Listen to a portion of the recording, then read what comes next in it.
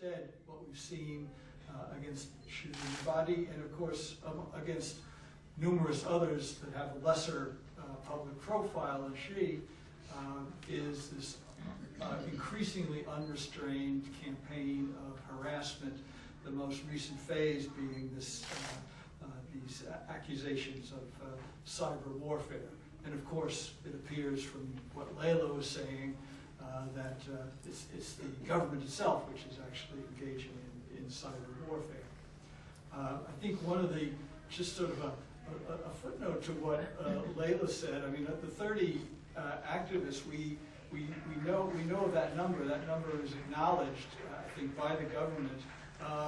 But then we have groups like the HRA and the Center for Defense of Human Rights, Shirin Ebadi's group, the 1 Million Signatures campaign, the work that's going on around women's rights in particular, the Human Rights Organization of Kurdistan, and so forth.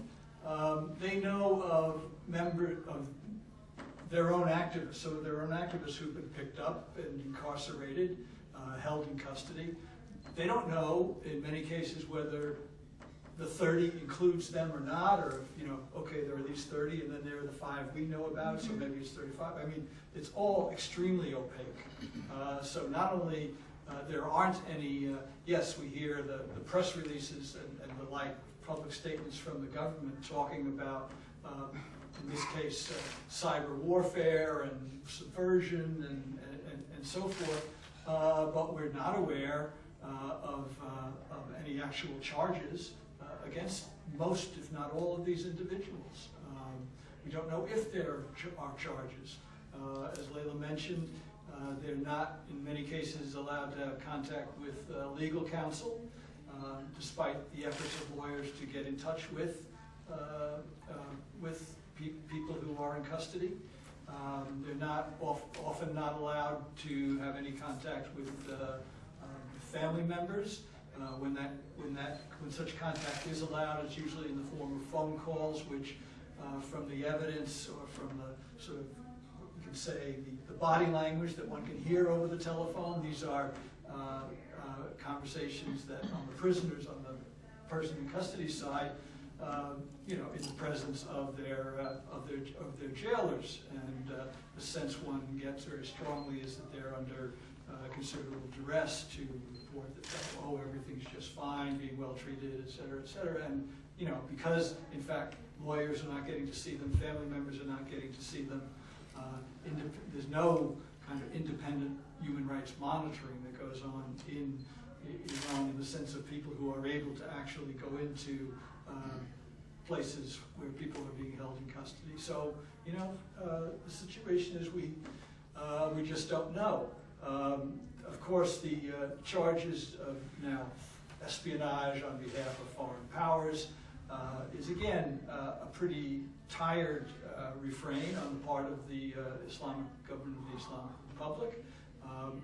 It's one they have used repeatedly over the years to try and discredit human rights activists, to try and dismiss the work that they're doing, the human rights activists are doing, as foreign inspired, et cetera. Of course, this is not a practice unique to the Islamic Republic. There are many other governments in the part of the world I work in, but also other parts of the world as well, where, you know, the way you deal with the message is to disparage and try to undermine the messenger. So again, I just want to point out that it's not a campaign that started last week, nor did it start on June 12th. It's not a campaign that's directed only against one group. It's really directed against people who carry out try and carry out human rights monitoring, legal defense of prisoners, political prisoners, the whole panoply of activities that go on in defending and promoting human rights. These are the targets. And again, I want to thank the human rights activists for having this event today to sort of try and underline the importance of their work. Thank you. Thank you very much, Justice. Their work. Thank you. Thank you very much, Justice. Thank you very much. Amnesty International is pleased to be here to show solidarity as well as express concern about the latest development in Iran, where human rights activists and defenders were singled out, tarnished, and now they have been held in prison without any clear form of trials or charges. It is a new disturbing development that we all are concerned. This is not something we singled out Iran. If it happens in the US or any other country, we will do the same thing. So our concern today is to highlight the new development that is being unleashed in Iran by the government authorities to silence peaceful dissent by their own citizens, their own children.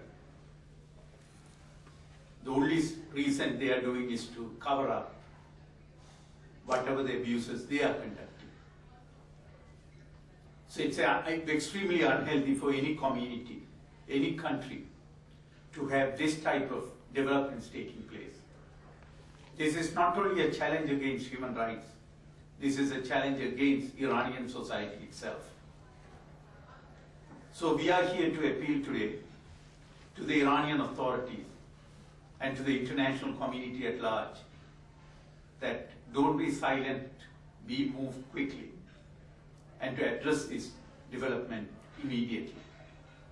There are reports that 30 people were arrested, but we have seen hundreds were arrested earlier on for a variety of reasons. What we have seen over the years is that people who have been arrested rarely, if any, get fair trials. After short trials, they have been imprisoned. But above all, when they were arrested, they have been tortured, abused, held in immunicado, denied medical treatment, denied food, and so on. One worrying development that we recorded was abuses against women in their custody. Not only sexual assaults, but rape also we have documented. That is of special concern to us about these recent 30 arrests. About roughly half of them are women. So we are appealing to Iranian authorities to ensure that they don't cross that line, in this case at least.